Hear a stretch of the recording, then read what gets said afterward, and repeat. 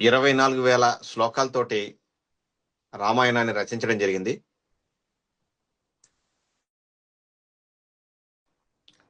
దీన్ని ముందుగా ఆయన ఒక జంతు వేటగాడిగా, మృగారిగా ఉన్నాడు.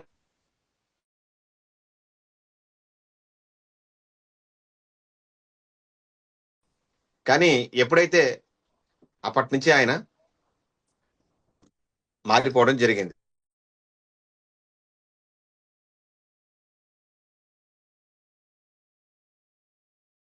అయితే అది ఒక బోయవాడు వాల్మీకిగా మారడానికి అరౌండ్ 60,000 ఇయర్స్ పట్టింది. మీకు రామాయణం చూస్తే రాముల వారి తండ్రి దశరథ మహారాజు 60,000 సంవత్సరాలు బతికారు. ఈ బోయవాడు తపస్సు చేసి 60,000 సంవత్సరాలు చేశాడు వాల్మీకిగా మారడానికి.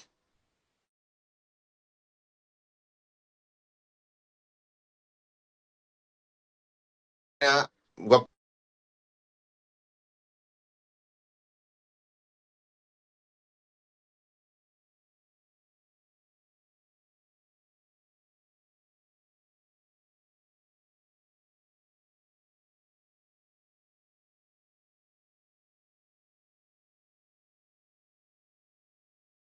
సంహరించే ఒక వ్యక్తి కాస్త భగవంతుడి యొక్క జీవిత చరిత్ర రాసేటటువంటి స్థితికి వెళ్ళాడు.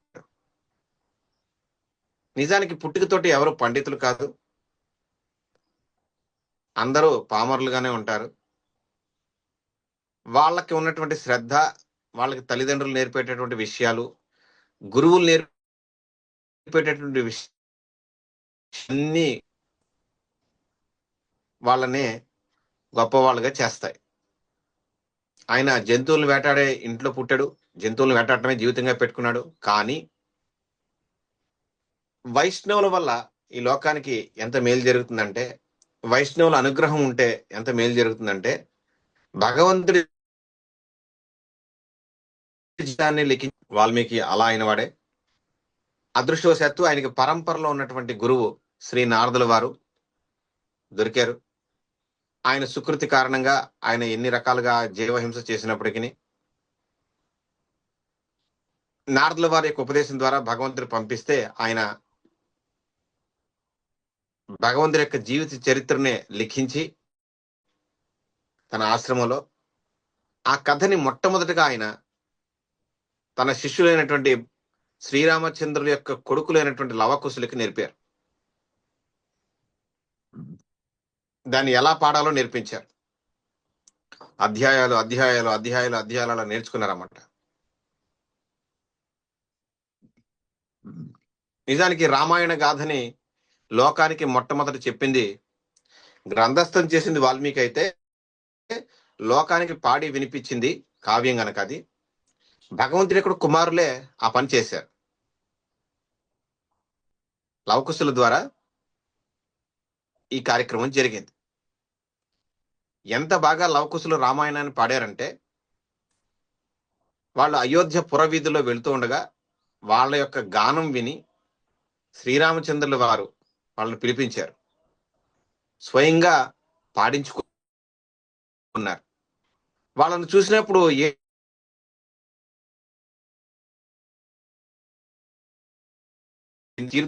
తీరు విని చూసి శ్రీరామచంద్ర వారు చాలా సంతోషించారన్నమాట. సో వారు ఇద్దరు కూడా, బాలురు ఇద్దరు కూడా వాల్మీకి మహర్షి ఆశ్రమం ఆయన శిష్యులని చెప్పేసి ఆశ్రమం నుంచి వచ్చారని తెలిసి చాలా సంతోషించారు.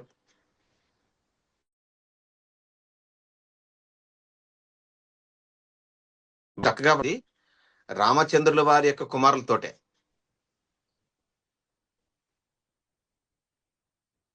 అయితే మనం ఇవాళ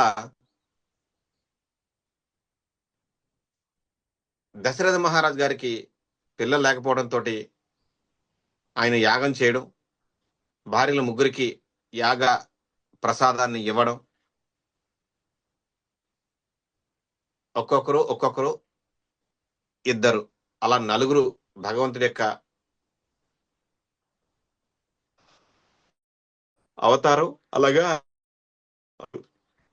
ఆయుధాలు, ఇలాగా శ్రీరామచంద్రుడు, భరతుడు, లక్ష్మణుడు,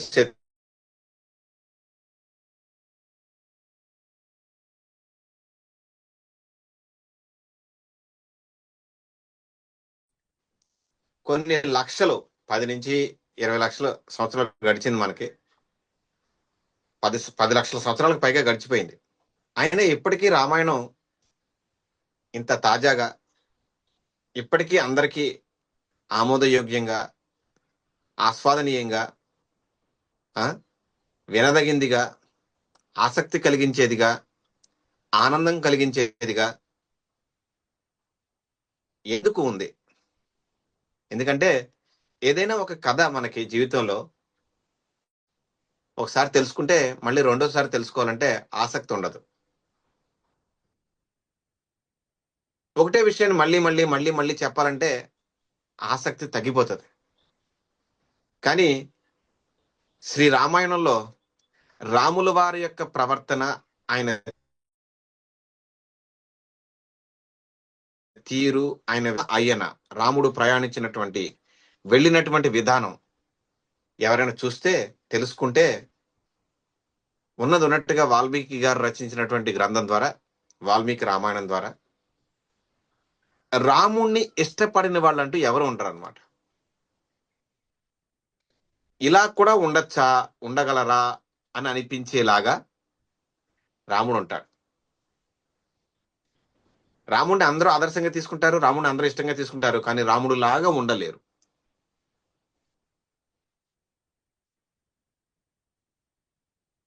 ఏంటి రాముడు ప్రత్యేకత? సహజంగా మనకి లోకంలో వినికిడి ఉంటది. ఏమనంటే రాముడు పితృవాక్ పరిపాలకుడు. తండ్రి ఏం చెప్తే దానికి ఎదురు చెప్పడం, తండ్రి గీత గీస్తే దాటడం. ఓకే, రాముడి బాణానికి తిరుగులేదు. రాముడు ఒక్కసారి మాట్లాడతాడు, 10 సార్లు మాట్లాడడం. రాముడికి ఒకతే పత్ని ఉంది, ఒకటే మాట, ఒకటే బాణం, ఒకటే పత్ని, పితృవాక్ పరిపాలకుడు. ఇలాగ ఆయన గురించి కొన్ని మనకి లోకంలో ఇన్ని లక్షల సంవత్సరాలు గడిచినా కూడా వినిపిస్తూ ఉంటాయి. ఒకతే పత్ని ఎందుకు? సహజంగా శాస్త్రాలు చెప్పినాయి, క్షత్రియులకి బహుభార్యత్వం అంగీకరించినాయి. నేను చాలాసార్లు చాలా మంది కూడా అడిగారు, ఏమండి, ముఖ్యంగా మాతాజీలు అడిగారు, స్త్రీలకి ఒకటే భర్త అని చెప్పారు, పతి వ్రత అని చెప్తారు, కానీ పురుషులకు అలా ఎందుకు చెప్పలేదండి? పురుషులకు మాత్రం బహుభార్యత్వం చెప్పారు, ముఖ్యంగా క్షత్రియులకి, ఎందుకనండి? ఇది పెద్ద సందేహం మాతాజీలందరినీ తొలిచేస్తూ ఉంటది. వీళ్ళు ఎన్నైనా పెళ్లిళ్ళు చేసుకోవచ్చు, మనం మాత్రం ఒక భర్తే పతివ్రతగా పతి వ్రతం చేయాలంట. ఇది ఇలా ఎలా చేశారు? ఇది అన్యాయమా, ఇది కరెక్టేనా, ఏంటి అని చెప్పి రకరకాల కారణాలు ఉన్నాయి. సహజంగా క్షత్రియులకి బహుభార్యత్వం అంగీకరించారు, ఎందుకంటే రాజులు రాచరిక కార్యక్రమాల్లో మునిగి తేల్తారు. ఓకే, విపరీతమైనటువంటి ఒత్తిడి ఉంటది. రెండోది, ఆ వంశం నిలబెట్టడానికి వాళ్ళకి పుత్ర సంతానం కూడా కావాలి. అందుకని ఈ రకాలైనటువంటి ఒత్తిళ్ళన్నిటి నుంచి బయటపడటానికి, ఇంకొక కోణంలో చూసినప్పుడు వారు రాజులై ఉండడం వల్ల, సంపదలు చాలా కలిగి ఉండడం వల్ల, బహుభార్యత్వం కలిగి ఉన్నా కూడా వాళ్ళు ఏ ఇబ్బంది లేకుండా ఆ భార్యలని వారి ద్వారా పొందేటటువంటి సంతానాన్ని చక్కగా చూసుకోగలుగుతారు. అయితే రాములు వారు ఏకపత్ని వ్రతం చేశారు. మామూలుగా స్త్రీలు పాతివ్రత్యం చేస్తారు. తాము ఎవరినైతే వరించారో ఆ భర్తతోటే జీవితకాలం ఉంటారు. పతి వ్రత, ఆ వ్రతం చక్కగా విజయవంతంగా చేస్తారు. మరి రాముడు రాజు కదండి, ఆయనకి బహుభార్యత్వం ఉందని చెప్పారు కదా, మరి ఆయన ఎందుకు ఏకపత్ని వ్రతుడయ్యాడు? అవసరం ఏముంది, ఆయన కూడా బహుభార్యత్వాన్ని అంగీకరించవచ్చు కదా. సో రాముడు ప్రత్యేకత అదే. ఆయనకి బహుభార్యత్వం ఉన్నప్పటికీ, అవకాశం ఉన్నప్పటికీ కూడా ఆయన దాన్ని తీసుకోలేదు. నేను ఒక్క పత్నితోటే ఉంటానని ఆయన ఒట్టు పెట్టుకున్నారు. శూర్పణకు వచ్చినప్పుడు రామాయణంలో దండకారణ్యంలో రాముడు సౌందర్యాన్ని, లక్ష్మణుడి సౌందర్యాన్ని చూసి ఆశ్చర్య చికితురాలవుతుంది. అయితే దురదృష్టవశాత్తు ఒక యుద్ధంలో శూర్పణఖ భర్త రావణాసురుడు శత్రువుల వైపు వెళ్ళి ఉంటాడు. అతన్ని సరిగా గమనించక రావణాసురుడు అతన్ని సంహారం చేసేస్తాడు. అంటే సొంత బావమరిదినే తెలియక చంపేస్తాడు. చనిపోయిన తర్వాత చూస్తాడు ఇతను నా బావమరిదే అని చెప్పేసి. దాంతో చెల్లెలు విధవరాలు అవుతుంది. అయితే శూర్పణఖ రాక్షసి, తినే ఆహారం, ప్రవర్తన, బుద్ధి వీటి కారణంగా, ముఖ్యంగా రాముడు లక్ష్మణుడు చాలా అందంగా ఉన్న కారణంగా ఆమె వారి మీద మనసు పారేసుకుంటది. ముందు రాముడినే కోరుకుంటది, తర్వాత లక్ష్మణునైనా పర్వాలేదు అనుకుంటది, ఇతను కూడా అందంగానే ఉన్నాడు కదా అని చెప్పి. సో లక్ష్మణుడు అంగీకరించడు, నాకు నా అన్న సేవ లక్ష్యం అంటాడు. రాముడేమో నాకు ఏకపత్ని వ్రతం ఉంది, నాకు సీత తప్పించి ఇంక వేరే లేదు అంటారు. సో నేనైతే ఈ వ్రతంతో ఉన్నాను, కానీ లక్ష్మణుడికి అవకాశం ఉంది, కావలిస్తే నువ్వు లక్ష్మణుడి దగ్గరికి వెళ్ళి అడుగు, ఆయన చేసుకుంటానంటే చేసుకో వివాహం అని చెప్తాడు అనమాట. లక్ష్మణుడికి అది అంగీకార యోగ్యం కాదు. ఆయన తన భార్యని వదిలేసి నీ సేవకు వస్తే నువ్వు ఇలాంటి సలహా ఎలా ఇస్తావు శూర్పణకి? ఆయన శూర్పణకి సరే చెప్పాడు కదా, రాముడు ఎలాగో అంగీకరించలేదు, సీత లాంటి అందగత్తి ఉండే నన్ను ఎందుకు చూస్తాడని చెప్పి ఆవిడ వెళ్ళి లక్ష్మణుడి దగ్గరికి వెళ్ళింది. లక్ష్మణుడు ఏం చేశాడు, చెప్పిన మాట విన్నావా, సరే సరే లేదంటే ఇబ్బంది వస్తుంది నీకని చెప్పాడు. పో అని. నువ్వు నీ తమ్ముడు ఒప్పుకోవట్లేదు, నువ్వు ఒప్పుకోవట్లేదు, కారణం ఏంటి? నువ్వు నన్ను అంగీకరించకపోవడానికి కారణం సీత కనుక ఈమె చంపుకు తినేస్తాను అంటది, రాక్షసి కదా అందుకని. అప్పుడు రాముడు కోపం వచ్చి లక్ష్మణ ఈమె సంగతి ఏంటో చూడు అంటాడు. అప్పుడు లక్ష్మణుడు కత్తి తీసుకుని ముక్కు చెవులు కోసేస్తాడు. రాముడు అక్కడ చెప్తారు రామాయణంలో, నేను ఒట్టు పెట్టుకున్నాను, ఒకే పత్ని ఉంటే నా జీవితంలో సీత తప్పితే ఇంకెవరు ఉండకూడదు, ఏకపత్ని వ్రతం నేను చేస్తున్నా. అలాగే స్త్రీలు పతి వ్రతం, పతుల వ్రతం కాదు, పతి వ్రతం చేస్తారు. ఇలాగ రాముడు ప్రత్యేకతలు ఏంటి? ఒకటే మాట 2-3 సార్లు మాట్లాడు, ఒకటే బాణం, ఒకటే పత్ని, పితృవాక్ పరిపాలన. ఈ 4 రామాయణంలో ఉన్నటువంటి రామ కథలో నాయకుడైనటువంటి రాముణ్ణి ఆ రోజు నుంచి ఈ రోజు వరకు కూడా, ఏ రోజు వరకు కూడా సజీవంగా ఉంచుతుంది.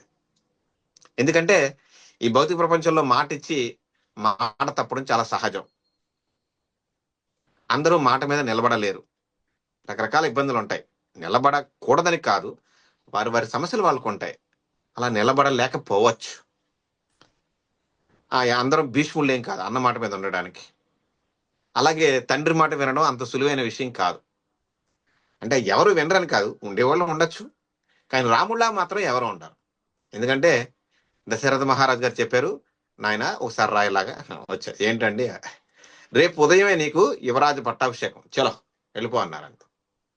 మళ్ళీ రాత్రి గడిచిన తర్వాత మళ్ళీ పిలుపు వచ్చింది రాముడికి, నాన్నగారు పిలుస్తున్నారని. యాక్చువల్గా నాన్నగారి పిలుపు కాదు, అమ్మగారు పిలిపించారు. నాన్నగారు చాలా దుఃఖంతో మంచం మీద ఉంటే తల్లిగారే చెప్పారు, ఎందుకని ఆయన అలా విషాదంగా ఉన్నట్టుగా కనిపిస్తున్నారు, ఆయన మాట్లాడట్లేదు, చాలా దిగాలుగా ఉన్నారు, ఏం సంగతి అని తల్లిని అడిగితే ఆవిడ చెప్పింది విషయం ఇదే అని చెప్పి. ఈ పాటదానికి నువ్వు ఆయన ఎందుకు అడిగి ఇబ్బంది పెట్టావు, నాకే చెప్పుంటే నేనే సర్దుకుందాను కదా అంతా అని చెప్పేసి ఆయన ఇద్దరికి నమస్కారాలు చేసేసి అక్కడి నుంచి వెళ్ళిపోయాడు. సాయంత్రం పిలిచి నీకు పట్టాభిషేకం అని చెప్పి, రాత్రి సమయంలో పిలిచి నీకు అరణ్యం అంటే ఎవరైనా ఎలా అనుకుంటారు? తండ్రి భార్యకు లొంగిపోయి నన్ను అడవులకు పంపిస్తున్నాడని ఇలా రకరకాలుగా అనుకోవచ్చు. రాజ్యంలో ఉన్న వాళ్ళు చాలా మంది అలా అనుకుంటారు. దశరథ మహారాజు బలహీనుడైపోయాడు, ఒక స్త్రీకి లొంగిపోయాడు, ఒక స్త్రీని ఎదిరించలేకపోయాడు, ఇలా రకరకాల కారణాలు. అది ఏది ఏమైనప్పటికీ రాముడు చెలించకుండా పినతల్లి కోరికని తండ్రి గారి కోరికగా భావించి, ఎలాంటి ఇబ్బంది లేకుండా, ఎలాంటి బాధ, ఎలాంటి హావభావాలు, ముఖంలో ఎలాంటి వికారాలన్నీ చూపించకుండా చక్కగా ఆయన వెళ్ళిపోయాడు. సో తండ్రి మాట జవదాటకుండా ఉండడం సో అంత సులువైనటువంటి విషయం కాదు, అది అందరికీ సాధ్యం కూడా కాదు. అర్థమైందా? సో అందుకని రాముడు చాలా ప్రత్యేకమైనటువంటి వ్యక్తి. ఈ విషయాల్లో ఆయన యుద్ధం విషయంలో కానీ, బాణాలు వేయడంలో కానీ, ఆ బాణాలు అపజయం పొందకపోవడంలో కానీ, అలాగే గురువుల విషయంలో ఆయన ప్రవర్తన కానీ, స్నేహితులు, సోదరులతో, ముఖ్యంగా సోదరులతో ఆయన ప్రవర్తన చాలా చాలా చాలా ఆనందదాయకంగా ఉంటది. రాముడు ఇంత అని చెప్పలేనంతగా తన సోదరులను ప్రేమిస్తారు. సోదరులు కూడా శ్రీరామచంద్ర ప్రభువుని అలాగే ప్రేమిస్తారు. ఆయన కోసం ఏమైనా త్యాగం చేసేయడానికి వస్తారు. నిజానికి వనవాసం రాముడికి మాత్రమే. కనుక లక్ష్మణుడికి సీతకి అవసరం లేదు. అయినప్పటికీ సీత వెళ్ళింది ధర్మ పత్నిగా, అన్నంటే ప్రాణం ఇచ్చే తమ్ముడిగా, తన యవ్వనాన్ని తన భార్యని వదులుకుని మరీ లక్ష్మణుడు అన్నగారికి కాపలా కాస్తాడు. సో అంత ప్రేమ తమ్ముడికి అన్నగారికి ఉన్నాయి. భరతుడికి శత్రుఘ్నుడు కూడా అంతే. ఎందుకంటే రాముడనే కాదు, ఎవరైనా మాట మీద నిలబడితే, చెప్పిన విషయంలో జాగ్రత్తగా ఉంటే, మంచి విలువలు పాటిస్తే లోకంలో ఎవరినైనా ఇష్టపడతారు. కానీ అలా పాటించినప్పుడు అది ఇబ్బంది తెస్తుంది. మాట ఇచ్చిన వారికి, తీసుకున్న వారికి అందరికీ కూడా ఇబ్బంది అయ్యే అవకాశం ఉంటుంది. అందుకని రాముడు ప్రత్యేకత ఏంటంటే ఆయన ఆడి తప్పడు, ఆయన బాణానికి తిరిగి ఉండదు, ఇంకొక స్త్రీని వేరే ఉద్దేశంతో చూడడు. భార్య అంటే సీత అంతే, నాన్నగారి మాట కాదనడు. ఇలా రాములో కొన్ని అద్భుతమైనటువంటి గుణాలు ఉన్నాయి, సుగుణాలు ఉన్నాయి. ఇక తమ్ముడితోటి, లక్ష్మణుడితోటి, భరతుడి శత్రుఘ్నుడితోటి ఆయన యొక్క మైత్రి, ఆయన యొక్క ప్రేమ, సోదర భావం, అది ఎంత చెప్పినా తక్కువే అవుతుంది అనమాట. మీరు ఎప్పటికీ చూడొచ్చు లోకంలో ఎవరైనా అన్నదమ్ములు కలిసి ఉన్నారనుకోండి, ఎన్నేళ్ళైనా సరే, అబ్బా ఏం చూడముచ్చటగా ఉందండి రామలక్ష్మణుడు లాగా అంటారు.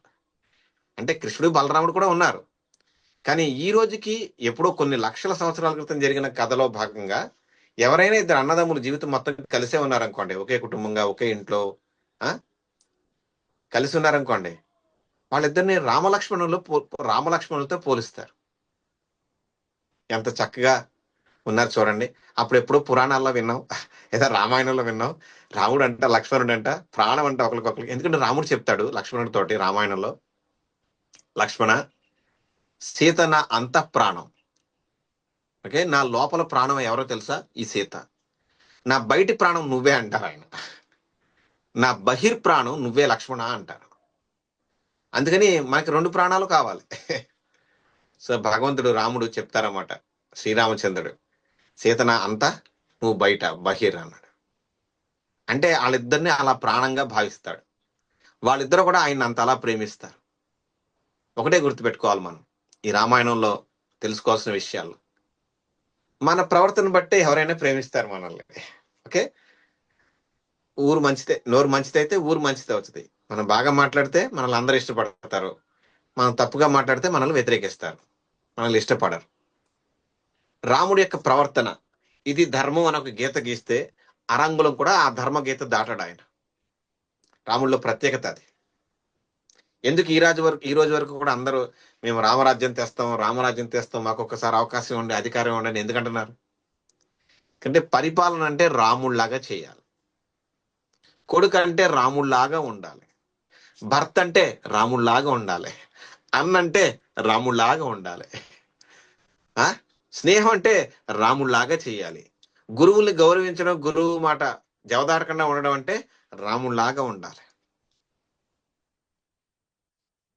అందుకని మీరు రాముడు చూడండి, సుగుణాభిరాముడు అంటారు. అన్ని సుగుణాలు రాముల్లో ఉన్నాయి. రాముల్లో ఒక్క 0.5%, 0.5% కూడా మీరు వంక పెట్టడానికి దొరకదు. ఆయన జీవితం మొత్తం అధ్యయనం చేస్తే 1% కాదు, 0.5% కూడా, 100% కాదు, 1% కాదు, 0.5% కూడా ఆయనలో లోపాలు లేవు. కరెక్ట్ గా గీత గీసి ప్రవర్తన అంటే ఇదే ధర్మం అంటే రాముడు మొత్తం జీవితం అంతా అదే గీతలో అయిపోతాడు. కానీ ఈ భౌతిక ప్రపంచంలో అంతా అవసరాల కోసం ఎన్ని దారుల్లోనైనా వెళ్తారు, కానీ రాముడు అదే ధర్మదారిలో వెళ్తాడు. ఇలా ఉండడం అంత సులువైనటువంటి విషయం కాదు. మాటల్లో చెప్పడం ఇది చాలా సులువు, కానీ ఆచరించి చూపించడం చాలా కష్టం. మన జీవితంలో చాలా త్యాగాలు చేయాల్సి ఉంటది, చాలా ఇబ్బందులు ఎదుర్కోవాల్సి ఉంటది. తండ్రి వెళ్ళమన్నప్పుడు సీత వస్తానంటే రాముడు సీతతో చెప్తారు, అరణ్యవాసం నువ్వు అనుకున్నంత సులువైనటువంటి విషయం కాదు, దయచేసి నువ్వు ఇక్కడే ఉండు, నువ్వు సుకుమారంగా పెరిగావు మీ నాన్నగారి ఇళ్లలో, ఇక్కడ కూడా అక్కడ దోమలు కొడతాయి, ఈగలు కొడతాయి, రకరకాల క్రూర మృగాలు ఉంటాయి, చాలా ఇబ్బందులు ఉంటది, మనకి సరైనటువంటి ఆవాసం ఉండదు, అక్కడ ఆహార విషయంలో ఇబ్బందులు ఉంటాయి, వస్త్రధారణ విషయంలో ఇబ్బందులు ఉంటాయి, ఇలా చాలా రకాల ఇబ్బందులు ఉంటాయి, దయచేసి రావద్దని చెప్తాడు ఆయన. అలాంటి ఇబ్బందులన్నీ ఎదుర్కోవాల్సి వస్తుంది, రాముడికి తెలుసు. ఆ ఇబ్బందుల్ని చాలా సంతోషంగా ఆయన ఎదుర్కొన్నాడు. ఇది మా నాన్నగారి కోరిక, నేను తీరుస్తా అంతే. ఆయన కైకేయిని గాని భరతుడు గాని ఒక్క మాట అనలేదు రామాయణంలో. ఈ సంఘటన జరిగిన తర్వాత భరతుడు తన తల్లిని చాలా తిట్టాడు. నువ్వు దుర్మార్గురాలివి, నువ్వు క్రూరురాలివి, నీ వల్ల నాకు చెడ్డ పేరు వచ్చింది, నువ్వు ఇలాంటి పని చేస్తావా, అసలు నీకు ఎలా వచ్చింది ఈ బుద్ధి, ఈ మందరం ఉందే దీని వల్ల వచ్చింది, ఈ గూని దాని వల్ల, దీన్ని చంపి పాడేస్తా, అలా ఇలా అని చాలా మాటలు మాట్లాడాడు ఆయన. సో నిన్ను చంపితే నాకు పాపం వస్తుంది, ఆడదాన్ని చంపిన పాపం వస్తుంది, తల్లిని చంపిన పాపం వస్తుంది, లేకపోతే అసలు నిన్ను చంపేయాలి అసలు, చాలా బాధపడతాడు ఆయన. ఎందుకంటే ఆయన కల్లో కూడా ఊహించలేదు రాముణ్ణి అడవులకు పంపడంలో 1% కూడా భరతుడికి పాత్ర లేదు, ఇందులో నా పాత్ర ఏమీ లేదంటాడు ఆయన. ఇది పూర్తిగా నా తల్లి అజ్ఞానం కొద్దీ మూర్ఖురాలు మాట విని నా తల్లి చేసినటువంటి మూర్ఖపు పని. నేను కల్లో కూడా సింహాసనం మీద కూర్చోను, కల్లో కూడా కూర్చోను, అక్కడ ఉంటే మా నాన్న ఉండాలి, లేకపోతే మా అన్న ఉండాలి. అది భరతుడి డెడికేషన్. చాలా చాలా అద్భుతమైనటువంటి సోదరుడు ఆయన. సో అందుకని అన్న అంటే రాముడే, తమ్ముళ్ళు అంటే వాళ్ళే, ముగ్గురే. మీరు ఇలాగ రామాయణంలో ఈ సంఘటనలన్నీ జరిగి దశరథ మహారాజ్ శరీరం వదిలేసి ముగ్గురు తల్లులు, అలాగే 2 అన్నదమ్ములు, కొంత సైన్యం, వశిష్ఠుడు అందరూ కలిసి చిత్రకూట పర్వతం దగ్గర ఉన్నటువంటి రాముని కలవడానికి వస్తారు. లక్ష్మణుడు అనుమానిస్తాడు, మన ఇద్దరిని చంపేసి శాశ్వతంగా రాజ్యం దక్కించుకోవాలనే ఉద్దేశంతో ఏమో ఇలా వస్తున్నాడు, సైన్యంతో, ఏనుగులతో అంతా అని చెప్పి చతురంగ బలంతో వస్తాడు ఆయన. కానీ భరతుడి యొక్క మనసు రాముడికి తెలుసు.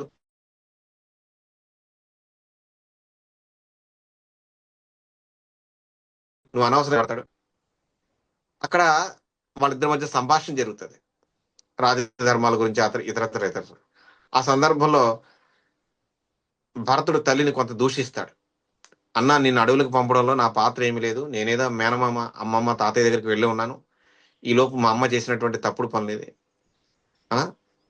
నా తల్లి చేసిన తప్పుకి నన్ను ఏమీ అనొద్దు, నాకు 1% కూడా ఇందులో నాకు తప్పు లేదు, కనుక నువ్వు మళ్ళీ వచ్చి రాజ్యంలో నువ్వే పరిపాలన చేయాలి, నువ్వు లేకుండా అయోధ్య ఉండడం ఏంటి, అలా ఇలా అని చెప్పి ఆయన ఏదో మాటలు మాట్లాడతాడు.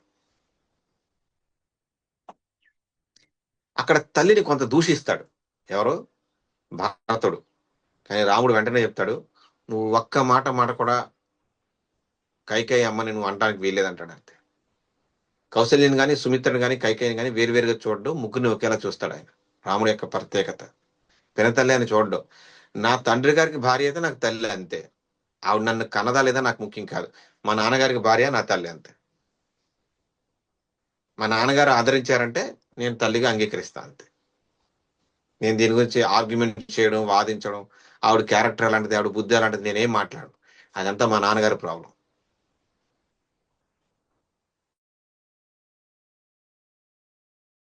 ఇలాగా భరతుడు తల్లిని దూషిస్తున్నప్పుడు రాముడు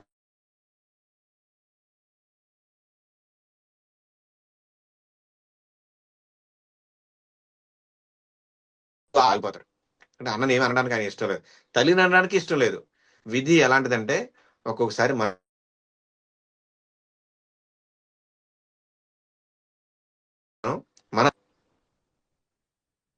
ఒక్కొక్కసారి పొరపాటును మాట్లాడతాం, ఒకసారి కావాలని మాట్లాడతాం, ఒకసారి తెలియక మాట్లాడతాం, ఇలా జరుగుతూ ఉంటాయి.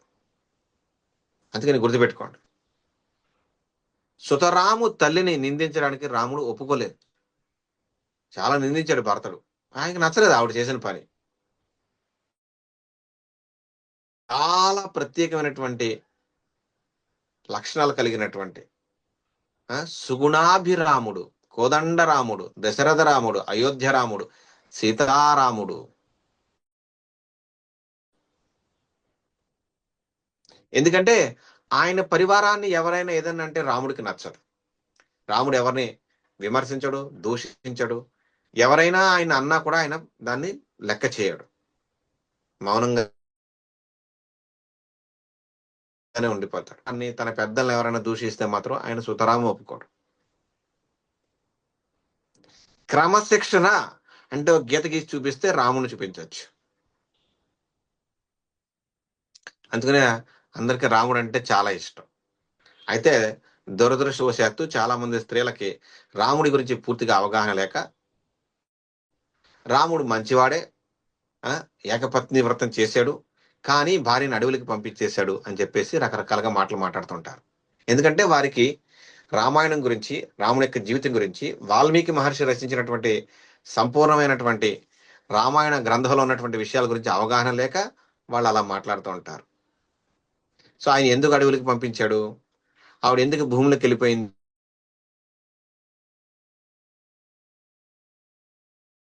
అది రామాయణం పూర్తిగా అధ్యయనం చేసిన వాళ్ళకు మాత్రమే అర్థం అవుతుంది. రాముడు ఎవరిని దూషించలేదు, ఎవరైనా ఆయన దూషించినా కూడా దాన్ని ఆయన తీవ్రంగా తీసుకోడు. నిజానికి ఎవరో రాముడిని దూషించలేరు, ఎందుకంటే రాముడు ప్రవర్తన అలాంటిది. మంచివాడిని ఎవరు ఏమీ అనలేరు, ఎందుకంటే వాడు మంచివాడు గనక. ఇలా రాముడు చాలా ప్రత్యేకమైనటువంటి పాత్రని తన కథలో పోషించాడు, ప్రారంభం నుంచి చివరి దాకా.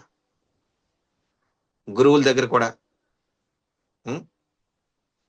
మరి అలాంటి మంచి రాముడి యొక్క కథ ఎలా మలుపు తిరిగింది? మంధర అనేటటువంటి ఒక గూనె ఆమె వల్ల, ఒక వృద్ధురాలు వల్ల మలుపు.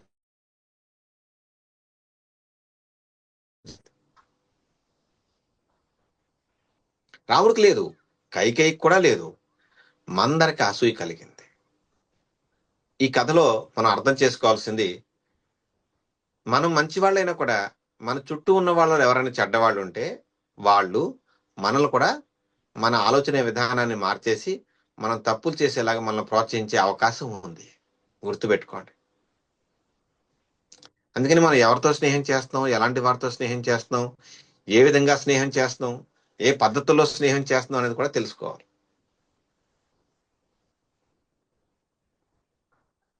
మన గురు మహారాజ్ జయప్రకాశ్ స్వామి గారు చెప్తారు, భక్తి చేయడం ఒక కళ, ఇట్స్ అ ఆర్ట్. చాలా జాగ్రత్తగా చేయాలి. పెయింటింగ్ ఎలా అంటే అలా వేయడం కుదరదు, దానికి ఒక పద్ధతి ఉంటుంది. ఈవెన్ భక్తి కూడా అలా పద్ధతిగానే చేయాలి. It's a art.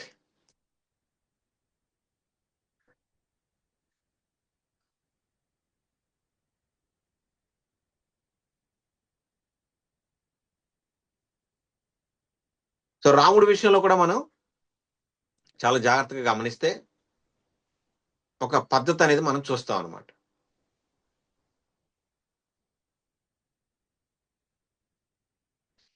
ఏ వైపు నుంచి మనం ఆయనకి వంక పెట్టలేం. మర్యాద పురుషుడు, గౌరవం ఇవ్వడంలో, గౌరవం తీసుకోవడంలో ఆయన మించిన వాడే లేడు. అవతల వాళ్ళు తనకంటే చిన్నవాళ్ళైనా తక్కువ వాళ్ళు రాస్తాడంట.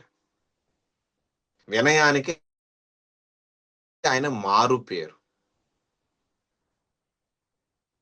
అందుకని ఆయన సుగుణాభిరాముడు అన్నాడు. రాముడిలా ప్రవర్తించడం ఎవరికీ సాధ్యం కాదు. భరతుడు తల్లిని తిడతానన్నా కూడా ఆయన ఒప్పుకోలేదు. మరి ఎందుకు రాముడి కథ అలా మలుపు తిరిగిందంటే,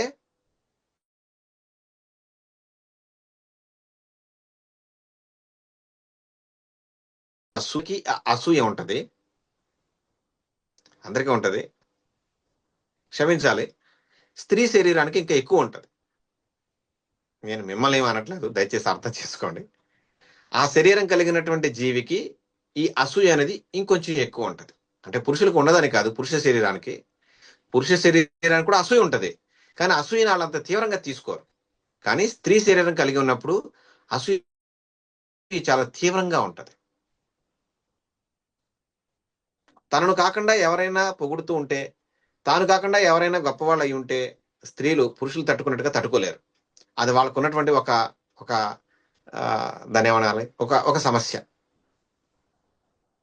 ఒక ఇబ్బందికర పరిస్థితి వాళ్ళ జీవితంలో ఉంటుంది.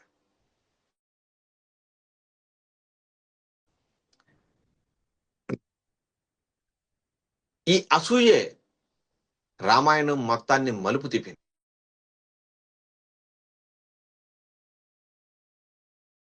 భగవంతుడిగా రాముడికి ఇదంతా తెలుసు, కానీ ఒక రాజు అబ్బాయిగా, ఒక యువకుడిగా ఆయన ఏం జరుగుతుందో దాన్ని ఆస్వాదిస్తూ ఉంటాడు. ఎందుకంటే కథ ముందుకు వెళ్ళాలి, రాముడు తన ప్రవర్తనని రాముడిలాగే ప్రవర్తించాలి తప్పితే భగవంతుడిలా ప్రవర్తించకూడదు. కొంతమంది మీరు చూడండి, వాళ్ళకి ఏదైనా విషయం తెలిసిపోతే వాళ్ళు తట్టుకోలేరు, ఆగలేరు. ఎవరో ఒకరికి చెప్పేయాలని ఫోన్ తీసుకుని ఏదో ఒక రకంగా కమ్యూనికేట్ చేసేస్తూ ఉంటారు. విషయాన్ని లోపల దాయలేరు. రాముడు చాలా గంభీరంగా ఉంటాడు, జోవియల్ గా, సరదాగా వేళాకోళం చేస్తూ ఉండడు. ఆయన మర్యాద పురుషుడు, అంత పద్ధతిగా ఉండాలంటాడు.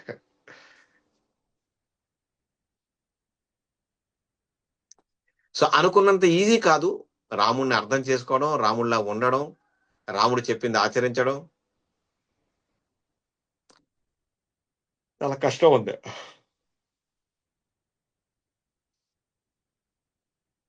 ఈ అసూయే ఈ మొత్తం కథని మలుపు తిప్పింది.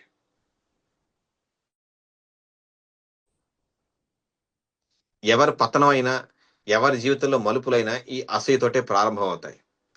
అతర్త పలుకులుగా మారి మాటలతోటి వ్యవహారం ముందుకు వెళ్తుంది అనమాట.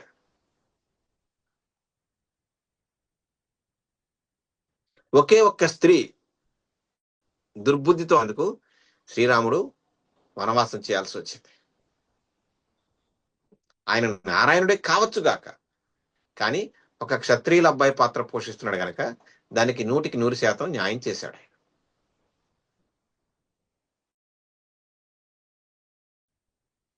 రాముణ్ణి చాలా విషయాల్లో అనుసరించవచ్చు.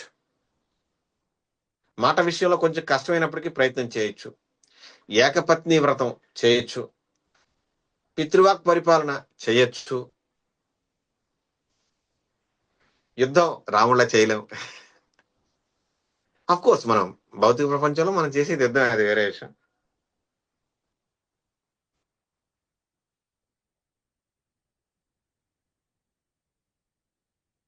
అందుకని ఆ అసూయని జయించడం, అసూయకి బలి ఉండడం అనేది విషయం. సో దీన్ని మనం నిజమైనటువంటి జ్ఞానంతో ఆ అసూయని జయించగలుగుతాం. ఒక స్త్రీ తిప్పిన మలుపు ఇంకో స్త్రీ ద్వారా అది అమల్లోకి వచ్చింది. ఆ తర్వాత కొంతమంది స్త్రీలకి బాధ కలిగించింది. మొత్తం అయోధ్యలో ఉన్నట్టు స్త్రీలందరూ మీరు రాముణ్ణి ఆపలేకపోయారు అయోధ్య నుంచి వెళ్ళిపోతుంటే అని చెప్పేసి. ఇలా చాలా కారణాలతోటి రాముడు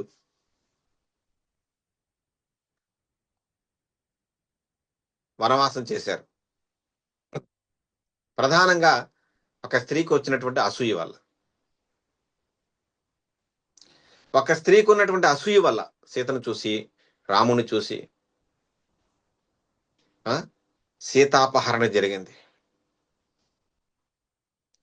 సో ఈ బతుకు ప్రపంచంలో అసూయ చాలా ప్రమాదకరమైంది. అది మనతో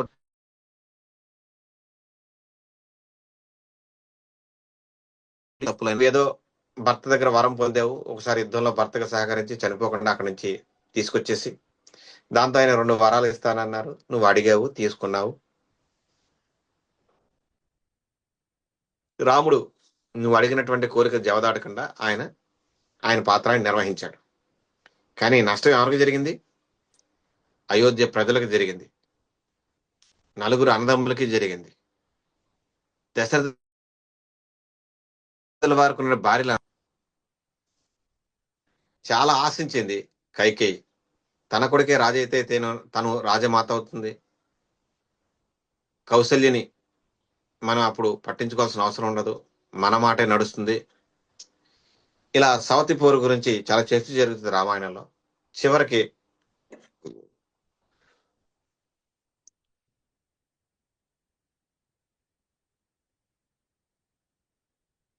ఆవిడ కైకేయి తన మాట పంతో నెగ్గించుకుంది. కానీ ఏం జరిగింది? ఆవిడ కోరిక ఒకటి నెరవేరింది, ఒకటి నెరవేరలేదు. రాముడు అడవులకు వెళ్ళిపోయాడు, కానీ దశరథుడు సింహాసనం ఎక్కలేదు. అలా ఆవిడ కోరిక సగం సంపూర్ణం అయింది, పూర్తిగా సంపూర్ణం అవ్వలేదు. ఇది కాక ఇంకా భయంకరమైంది ఆవిడ జీవితంలో ఇంకొక సంఘటన ఏంటంటే, దశరథుల వారు శరీరం వదిలేయడం వల్ల ఆవిడ విధవరా. ఇప్పుడు కొడుకు రాజైనా ఏమి, చక్రవర్తి అయినా ఏమి, నువ్వు భార్య అయినా ఏమి, ఆ పిల్లవాడికి తల్లి అయినా ఏమి, ఏది ఎవైనా ఏమి,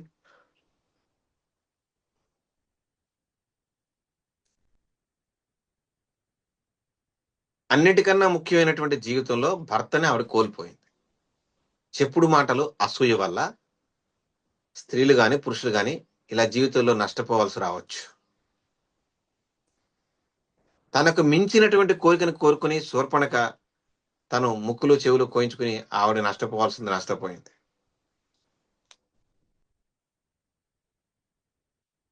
అవసరం లేకపోయినా సీతామాత ఇబ్బందులు పడింది. తామేమీ తప్పు చేయకపోయినా కౌసల్య సుమిత్ర వాళ్ళు ఇబ్బంది పడ్డారు. అయితే ఇందులో రామ కథలో ఇలా జరిగి రాముడు ఇలా అరణ్యానికి వెళ్ళడం వల్ల మంచి జరిగిందా చెడు జరిగిందా అనేది పక్కకు పెడితే దాని కథ వేరే ఉంది.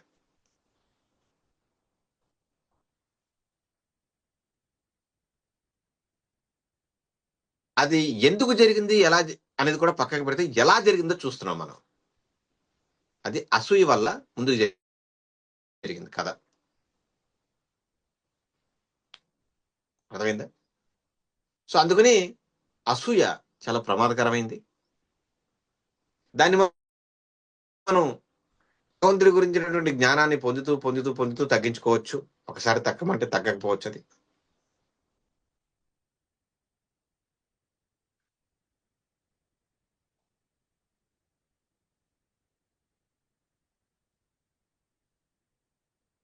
అందుకని ఆ అసూయ విషయంలో మనం చాలా అప్రమత్తంగా ఉండాలి. గుర్తుపెట్టుకోండి, భాగవతం ద్వారా, రామాయణం ద్వారా, భగవద్గీత ద్వారా, మహాభారతం ద్వారా, శ్రీమద్ భాగవతం ద్వారా, మన పరంపరలో ఉన్న గురువుల ద్వారా మనం తెలుసుకున్నది ఏంటంటే, మనం ఇతరులు మనకంటే ఏ విషయంలో ఎక్కువగా ఉన్నా కూడా, మనకంటే ఎత్తు విషయంలో, రంగు విషయంలో, తెలివితేటల విషయంలో, డబ్బు విషయంలో, ఆరోగ్యం విషయంలో, సౌందర్యం విషయంలో, కీర్తి ప్రతిష్టల విషయంలో, ఏ రకమైన విషయంలో మనం వారిని చూసి అసూయ పడకూడదు. ఎందుకంటే చేసుకున్నది గుణకర్మ విభాగసు, చేసుకున్నటువంటి కర్మల్ని బట్టి, మన గుణాలని బట్టి మనకి భగవంతుడు ఈ శరీరాలని ఏర్పాటు చేస్తూ ఉంటాడు. గుర్తుపెట్టుకో. కనుక నేనెందుకు నల్లగా ఉన్నాను, నేనెందుకు పొట్టిగా ఉన్నాను, నేనెందుకు తెలివి తక్కువగా ఉన్నాను, నేనెందుకు డబ్బులు లేవు, నాకెందుకు ఆస్తులు లేవు, నాకెందుకు పెద్ద పెద్ద ఉద్యోగాలు లేవు, నేనెందుకు పెద్ద కోటీశ్వరుని కాలేకపోయాను, నేనెందుకు గొప్ప రాజకీయ నాయకుని కాలేకపోయాను, నేనెందుకు సినిమా తారలంత అందంగా లేకపోయాను, నేనెందుకు క్రీడాకారులంత గొప్ప పేరు ప్రఖ్యాతులు సంపాదించలేకపోయాను అని అవి సంపాదించిన వాడిని చూసి మనం దుఃఖించడం, రోధించడం అనేది తెలివైనటువంటి పని కాదు. దానికన్నా వాళ్ళు పూర్వకర్మానుసారం అవన్నీ పొందుంటారు. ఇప్పటికిప్పుడు రాత్రికి వాళ్ళకి అవేమో దక్కలేదు. కానీ మనం ఏం చేయాలంటే, ఎవరికి ఏముందో అనే దాన్ని చూసి అసూయపడటం కన్నా మానేసి, మనకేం కావాలో దాని మీద దృష్టి పెడితే సరిపోతుంది. దురదృష్టం ఏంటంటే మనం ఆ పని చేయం. అందుకనే మనం ఇబ్బందులు పడుతుంటాం ఇక్కడ. అర్థమైందా? సో అందుకని అసూయ ఒక్కసారిగా పోదు. అది క్రమక్రమంగా దాన్ని తగ్గించుకుంటూ రావాల్సినటువంటి అవసరం ఉంటుంది. ఆ దిశగా మనం ఆలోచించాల్సినటువంటి అవసరం కూడా చాలా చాలా ఉంది. గుర్తుపెట్టుకోండి. ఎవరిని చూసి ఎవరు అసూయ పడాల్సిన అవసరం లేదు. ఓకే, నేను రాముడంత అందగాని కాదు, నువ్వు సీతంత అందగత్తివి కాదు. ఒకవేళ ఎవరైనా అందంగా ఉన్నా వాళ్ళని చూసి మనం అసూయ పడాల్సిన అవసరం లేదు. ఎవరికైనా డబ్బు ఉన్నా అసూయ పడాల్సిన అవసరం లేదు. మనకి కృష్ణుడు ఉన్నాడు. కృష్ణుడు భార్య లక్ష్మీదేవి. ఇంకేం కావాలి? ఓకే, నేను అందంగా లేను, నేను బాగా చదువుకోలేదు, నాకు తెలివితేటలు లేవు, ఏమున్నా ఏమి లేకపోయినా కృష్ణుడి గురించి జపం చేస్తే హరే కృష్ణ హరే కృష్ణ కృష్ణ కృష్ణ హరే హరే హరే రామ హరే రామ రామ రామ హరే సకలం ఉన్నట్టే లెక్క. ఇంక ఇది లేదు అది లేదు అని బాధపడాల్సిన అవసరం లేనే లేదు.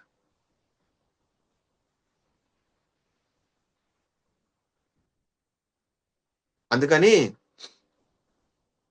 ఏ విషయంలోనూ ఎవరిని చూసి వీళ్ళు మాకంటే ఎక్కువ ఉన్నారు కదా అని చెప్పి మీరేమి బాధపడాల్సిన అవసరం లేదు, అసూయ పడాల్సిన అవసరం లేదు. సరే, వాళ్ళు చేసుకునే పుణ్యం బాగుంది, వాళ్ళకి అనుగ్రహించేది వాళ్ళు ఉన్నారు. మనం చేసుకున్న దానికి మనకి ఇంత ఇచ్చాడు, హరే కృష్ణ హరే రామ, అయిపోయింది బాస్. లేదు, విపరీతంగా వాళ్ళ గురించి ఆలోచించి వాళ్ళ గురించి ఇతరగా చెడుగా ప్రచారం చేసి ఇలా ఏమైనా చేస్తే మళ్ళీ అపరాధం అయ్యి వాళ్ళు కూడా ఇబ్బంది పడతారు. అందుకని ఇవాళ మనం అసూయ అనే విషయంలో ఎవరిని చూసి అలా పొందాల్సిన అవసరం లేదు. భగవంతుడు నాకు ఏది ఇచ్చాడో దాన్ని నేను చక్కగా నిర్వహించుకుంటే చాలు అనేటటువంటి పోషణ వ్యవహారం ఉంటే సరిపోతుంది. లేదు, నీకు ఏదైనా కావాలి అంటే నువ్వు పోరాడి తెచ్చుకోవాలి తప్పించి ఇతరులు చూసి వాళ్ళని చెడుగా ప్రచారం చేయడం, బాధపడటం, తిట్టడం ఇవన్నీ చేయకూడదు. ఖచ్చితంగా మనకంటే ఈ లోకంలో అందరూ అన్ని విషయాలను ఉన్నతంగానే ఉంటారు, సందేహం ఏమి లేదు. కానీ ఎవరికి ఏది ఉన్నా అది ఆ, శాశ్వతం కాదు, తాత్కాలికమైన విషయం గుర్తుపెట్టుకోండి. ఎందుకంటే ఈ భౌతిక ప్రపంచం తాత్కాలికమైందే, మన శరీరం తాత్కాలికమైందే, అన్ని తాత్కాలికమైనవే, ఆత్మ తప్పించి పరమాత్మ తప్పించి. కనుక ఆత్మ గురించి పరమాత్మ గురించి తెలుసుకుంటే సరిపోతే తప్పించి ఊరికే శారీరక స్థితిలోనే కొనసాగుతూ రకరకాలైనటువంటి మాటలు మాట్లాడుతూ వింటూ ఇతరులు ఇబ్బంది పెట్టి మనం ఇబ్బంది పడుతూ ఉండడం కన్నా ఇతరులకు సంబంధించినటువంటి విషయాలను పక్కకు పెట్టి మనం ఏం చేయగలం అది చేస్తే సరిపోతుంది. అది కూడా మనం పరంపరలో ఉన్నటువంటి గురువుల ద్వారా స్వీకరించినటువంటి జ్ఞానంతో చేస్తే సరిపోతుంది. అప్పుడు మనం మనలో ఉన్నటువంటి అసూయని కొంచెం కొంచెంగా తగ్గించుకుంటూ వస్తాం. భగవంతుడు కూడా అంతా చూస్తున్నాడు, ఆయన మనకి సహాయం చేస్తాడు, గుర్తుపెట్టుకోండి. అందుకని ఖచ్చితంగా మందర్లాగా కైకేయిలాగా రామాయణంలో ఉన్నట్టుగా మన నిజ జీవితంలో ఉండకూడదు. పురుషులైనా సరే స్త్రీలైనా సరే గొప్పవాళ్ళని చూసి అసూయ పడకూడదు. మంచి వాళ్ళని ఇబ్బంది పెడితే ఖచ్చితంగా మనకి ఇబ్బంది వస్తుంది. చెడు సలహా ఇచ్చింది మందర, బంగారు వడ్డానం తీసుకుంది, గూని నడుంకి నగలతో అలంకరించుకుంది. సో అలా కూడా సంపాదించవచ్చు, లేదు కష్టపడి కూడా సంపాదించవచ్చు.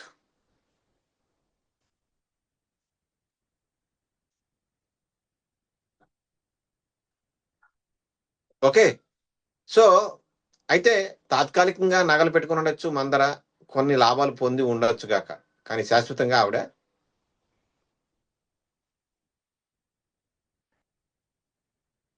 రామ కథలో ఒక నెగిటివ్ పాత్రను పోషించాల్సినటువంటి పరిస్థితి ఆమెకు ఏర్పడింది. ప్రతికూలమైనటువంటి వ్యవహారం చేయడం. భరతుడు ఆమెను చంపడానికి కూడా వెళ్తాడు, కానీ నువ్వు ఆడదాన్ని, నేను చంపను, నేను అందులో నువ్వు చూడటానికి బాగలేదు, చూడటానికి బాగాలేదు, గూందానివి, ధర్మం ప్రకారం ఆడదాన్ని చంపకూడదానికి నేను నిన్ను చంపట్లేదు, వదిలేస్తున్నాను, పో, నువ్వు మా అమ్మని చెడగొట్టింది నువ్వే, అయినా నువ్వు చెప్పావని మా అమ్మకి బుద్ధి లేకుండా మా అమ్మ ఇలా ప్రవర్తించింది, క్రూరాలాగా. ఎందుకంటే రామాయణం చాలా స్వీట్గా ఉంటుంది. ఎందుకంటే ఎంత స్వీట్గా ఉంటుంది అంటే కైకేయి భరతుడి కన్నా రాముణ్ణి ఎక్కువ ప్రేమించింది. అప్పుడు చెప్తుంది, దశరథ మహారాజ్ చెప్తాడు, ఎందుకు ఇలాంటి దుర్మార్గమైనటువంటి కోరిక కోరుతున్నావు, కావాలంటే ఒక కోరిక వెనక్కి తీసుకో, నీ కొడుకు కావాలా పట్టాభిషేకం చేస్తా, కానీ రాముని మాత్రం అడవులకు పంపాలని మాత్రం అడగద్దు. నీకు గుర్తుందా, నువ్వు ఎన్నోసార్లు నాతో చెప్పావు ఏకాంతంగా ఉన్నప్పుడు, నాకు పుట్టిన భరతుడి కన్నా నాకు రాముడు అంటేనే ఇష్టం, నాకు ఆ కొడుకు అంటేనే ఇష్టం అని చెప్పావు, అతన్నే ఎక్కువ ప్రేమించావు రాముణ్ణి, అల్లారు ముద్దు చేసావు, ఇంత దుర్మార్గంగా నువ్వు ఎలా ప్రవర్తిస్తావు అని చెప్పి దశరథ మహారాజు అడిగారు అన్నమాట. కానీ ఈ అసూయ, ఈ ఇతరులు చెప్పేటటువంటి మాటలు వినడం వల్ల మన బుద్ధి కలుషితం అయిపోతుంది. భరతుడి కన్నా ఎక్కువ ప్రేమించిన రాముణ్ణి అడవులకు పంపించేసి తన కొడుకుని సింహాసనం ఎక్కించాలనేటువంటి దుర్బుద్ధి ఆమెలో వచ్చింది. అందుకని మనం ఎవరితో స్నేహం చేస్తున్నాం, వాళ్ళు ఎలాంటి వాళ్ళు చాలా జాగ్రత్తగా గమనించాలి. వాళ్ళు మన జీవితానికి మంచి చేస్తున్నారా చెడు చేస్తున్నారనే అవగాహన ఉండాలి. అసూయ పరులతోటి హుషారుగా ఉండాలి. ఓకే, రాముడి జీవితం గనక, ఆయన భగవంతుడు గనక, ఆయన భౌతిక వికాసం లోను కాడు గనక ఆయన జీవితం ఎలాగెళ్ళినా అద్భుతంగా ఉంటుంది. కానీ మన జీవితం అలా ఉండకపోవచ్చు. మనం అసూయకు లోనయ్యి చెప్పుడు మాటలు విని గనక ఇతరుల విషయంలో మనం ప్రవర్తిస్తే, వాళ్ళని ఇబ్బంది పెడితే మనం ఇబ్బంది పడాల్సి వస్తుంది. అర్థమైందా? సో అందుకని ఒకానొక ముఖ్యమైనటువంటి విషయం, మొత్తం అంతా మలుపు తిరగడానికి కారణాల్లో ఒకటి ఏంటంటే అసూయ. అందుకని ఆ అసూయ విషయంలో మనం కూడా చాలా జాగ్రత్తగా ఉందాం. ఇతరులను ఏ విషయంలో మనకన్నా ఎక్కువగా ఉన్నా కూడా గౌరవిద్దాం, అభిమానిద్దాం, పొగుడుదాం, కానీ విమర్శించద్దు. లేకపోతే అసలు ఏమీ మాట్లాడద్దు. మౌనంగా ఉండండి. హరే కృష్ణ అనండి. మీకేం కావాలో దానికోసం సాధన చేసుకోండి. ముఖ్యంగా మనం భక్తిలో ఉన్నాం. ఇతరులు భక్తి చేసేటప్పుడు వాళ్ళు దండ సరిగా అల్లలేదని విమర్శించడం, వాళ్ళు సరిగా వస్త్ర అలంకరణ చేయలేదు భగవంతుడికని విమర్శించడం, లేదంటే భగవంతుడి చుట్టూ అలంకారం చేయలేదని విమర్శించడం, ఇలాంటివి మానేద్దాం. సో మనకంటే ఎవరు ఉన్నతంగా భక్తులు ఉన్నారో వారి అడుగుజాడల్లో నడుద్దాం. గురువులు చెప్పిన మాట విందాం. చెప్పుడు మాటలు మానేద్దాం. ఆచరించడం, వినడం. ఇలా ఉండగలిగితే సో మన భక్తి చాలా సాఫీగా సాగుద్ది. రామకథలో ఎన్ని మలుపులు తిరిగిన రాముడు మాత్రం స్ట్రైట్ గానే ఉన్నాడు. ఇలా మన జీవితంలో కూడా ఎన్ని ఇబ్బందులు వచ్చినా మనం కూడా భక్తి వదలకుండా గురు పరంపరలో గురువులు చెప్పిన దాని ప్రకారం అలా ముందుకు సాగుతూ ఉంటాం. లేదంటే అసూయ, స్వార్థం, ద్వేషం అనేవి మనల్ని కూడా భక్తిలోంచి బయటకు తీసుకువెళ్ళడానికి, మనం ఇబ్బంది పడడానికి, సో మన యొక్క చెడిపోయినటువంటి బుద్ధి ద్వారా ఇతరులను ఇబ్బంది పెట్టడానికి, అపరాధాలు చేయడానికి అవకాశం ఉంటుంది. కనుక ఈ విషయం జాగ్రత్తగా గుర్తుపెట్టుకుని అసూయ అనే దాన్ని తగ్గించుకోవడానికి రోజు రోజుకి ప్రయత్నం చేయండి. వాళ్ళు నాకంటే ఉన్నతంగా ఉన్నారు అంటే వాళ్ళు మనకంటే గొప్ప పని చేసి ఉండడం వల్ల ఉన్నతంగా ఉన్నారు తప్పించి వాళ్ళు చేసినంత నేను చేయలేకపోవడం వల్ల నేను ఎలా ఉన్నాను, నాకు వాళ్ళకంటే ఉన్నతంగా అవ్వాలి ఇలా అని కోరికలుంటే అలా అవ్వడానికి సాధన చేయండి తప్పించి వాళ్ళని విమర్శించడం, వాళ్ళని అడ్డుకోవడం, వాళ్ళని ఇబ్బంది పెట్టడం, వాళ్ళని విమర్శించడం లాంటివి చేయకండి. తప్పనిసరిగా మనం శ్రద్ధగా పనిచేస్తే భగవంతుడు మనకు సహాయం చేస్తాడు. అది మీ జీవితంలో మీకు ఎన్నోసార్లు అది వాస్తవ రూపం కూడా దాల్చి ఉంటది. కానీ మీరు దాన్ని సరిగా గుర్తించారు లేరు. ఎందుకంటే ఈ భౌతిక ప్రపంచంలో ప్రభుపాద్ గారు భాగవత భాషలో చెప్పారు, అన్నిటికన్నా గొప్ప విషయం ఏంటంటే కృష్ణ భక్తుడిగా ఉండడం. అంతే, ఇంకంతకు మించి గొప్ప పదవి ఏమీ లేదు. కృష్ణుడికి సేవ చేయడం అంతకంటే అదృష్టం ఏమీ లేదు. కృష్ణ నామాన్ని జపించడం అంతకంటే తీయనిదైంది ఏమీ లేదు. కృష్ణ భక్తికి ఇతరులకి పంచడం అంతకంటే విలువైంది అంతకంటే ఏమీ లేదు ఇక్కడ. సో ఇంత గొప్పవన్నీ మన చేతిలో పెట్టుకుని ఎవరెవరికో కార్లు ఉన్నాయి, బంగళాలు ఉన్నాయి, ఇళ్ళు ఉన్నాయి, వాకులు ఉన్నాయి, తెల్లగా ఉన్నారు, ఎర్రగా ఉన్నారు, ఎత్తుగా ఉన్నారు, మంచి శరీర సౌష్ఠం కలిగి ఉన్నారు, ఉండనివ్వండి. ఏం పోయింది? వాళ్ళు ఏదో పుణ్యం చేసుకుంటారు, ఉన్నారు. ఏం పోయింది? ఉండనివ్వండి. మనకి కృష్ణ ఏది ఇచ్చాడో దాంతోటే ఉందాం. ఏది ఉన్నా లేకపోయినా, వాళ్ళు అందంగా ఉన్నా మనం అందంగా లేకపోయినా వాళ్ళు చూసి అసూయపడే బదులు మన శరీరం నాశనం వద్దు, వాళ్ళ శరీరం నాశనం వద్దు. ఎందుకు దాని గురించి ఊరికి చర్చ? వాళ్ళకు ఉందో లేదో, నాకు కృష్ణుడు దొరికాడు, నాకు గురు పరంపర దొరికింది, ప్రభుపాద దొరికారు, జయపతాక్ష దొరికారు, గురు పరంపర దొరికింది. సో మనకి ఇంత విలువైన మన దగ్గర పెట్టుకుని ఏవేవో భౌతికమైన వాళ్ళ దగ్గర చూసి ఎందుకు అసూయ పడాలి, ఎందుకు వాళ్ళతో జగడం పడాలి, ఎందుకు వాళ్ళని విమర్శించాలి, ఎందుకు వాళ్ళకి శత్రువులుగా మారాలి? చేతనైతే మన దగ్గర ఉన్నటువంటి ఈ విలువైనటువంటి మణిని, హరే కృష్ణ మహామంత్రాన్ని చేతులు మోపరిచింది వాళ్ళకు కూడా పంచుదాం. అంతే తప్పితే అసూయ మాత్రం పడద్దు. భక్తి మార్గంలోకి వచ్చిన తర్వాత కూడా ఇలా అసూయ పడితే ఇక మనం చేస్తున్న భక్తికి ఏమీ అర్థం ఉండదు. అర్థమైందా? అందుకని ఈ అసూయ విషయంలో కొంచెం జాగ్రత్తగా ఉండండి. ఎవరిని చూసి అసూయ పడద్దు. ఒకరినొకరు ప్రోత్సహించుకోండి. లోపాలుంటే సరైన విధంగా చెప్పుకుని సరి చేసుకునే ప్రయత్నం చేయండి. గర్వంతో చెబితే అవతల వాళ్ళకి నచ్చదు. ఈ విధంగా మనం కనుక ప్రవర్తించగలిగితే సో మన భక్తి లైఫ్ చాలా స్వీట్ గా ఉంటుంది. హరే కృష్ణ హరే కృష్ణ కృష్ణ కృష్ణ హరే హరే, హరే రామ రామ రామ హరే హరే. హరే కృష్ణ.